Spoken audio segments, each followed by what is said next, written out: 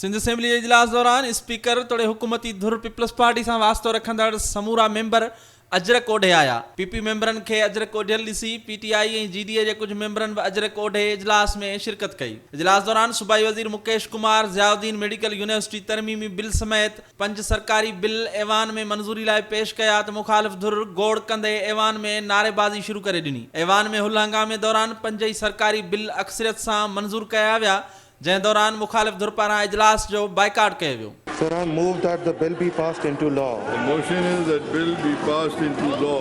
सूबाई वज़ीर सईद गनी जो चवणो हो त मुखालिफ़ धुर जो ऐवान में गोड़ करण सम्झ में नथो अचे। मंज़ूर कयल बिलनि ते कंहिं बि क़िस्म जो को एतराज़ न हो। कोई इतना ज्यादा इस पे बहस करने की जरूरत थी?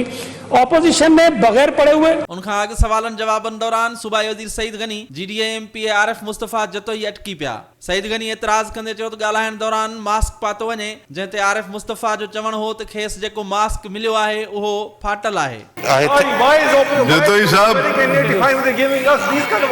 Because I Jatoi bought it sahab, for aap my own apni- money, I think you can afford it. You give me your mask, you give me this cake mask.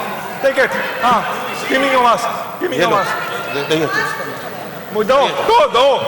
जमायत इस्लामी एमपी सैयद अब्दुल रशीद शहीद बेनज़ीर भुट्टो मेडिकल कॉलेज लियारी जे PRO ख़िलाफ़ इस्तेहकाक वारी रिथ पेश कंदे चयो त हुन संदसि ख़िलाफ़ नाज़ेबा ॿोली ॻाल्हाई, जंहिं करे संदसि इस्तेहकाक मजरूह थियो आहे, जंहिं ख़िलाफ़ कमेटी क़ाइमु करे मामले जी जांच कई वञे। स्पीकर ग़ुलाम क़ादिर चांडिया जी सरबराही में कमेटी क़ाइमु कंदे चयो त कमेटी सूमर ॾींहुं रिपोर्ट ऐवान में पेश कंदी। इजलास दौरान स्पीकर पारां दी स्टैम्प तरमीमी बिल 2019, कोरोना इमरजेंसी सहायता bill, Shaheed Allahbux Soomro university of art design and heritages Jamshoro bill जी मंज़ूरी जो ऐलान कयो वियो। कैमरामैन अली रज़ा ज़ैदी सां गॾु शब्बीर लाशारी, सिंध टीवी न्यूज़, कराची।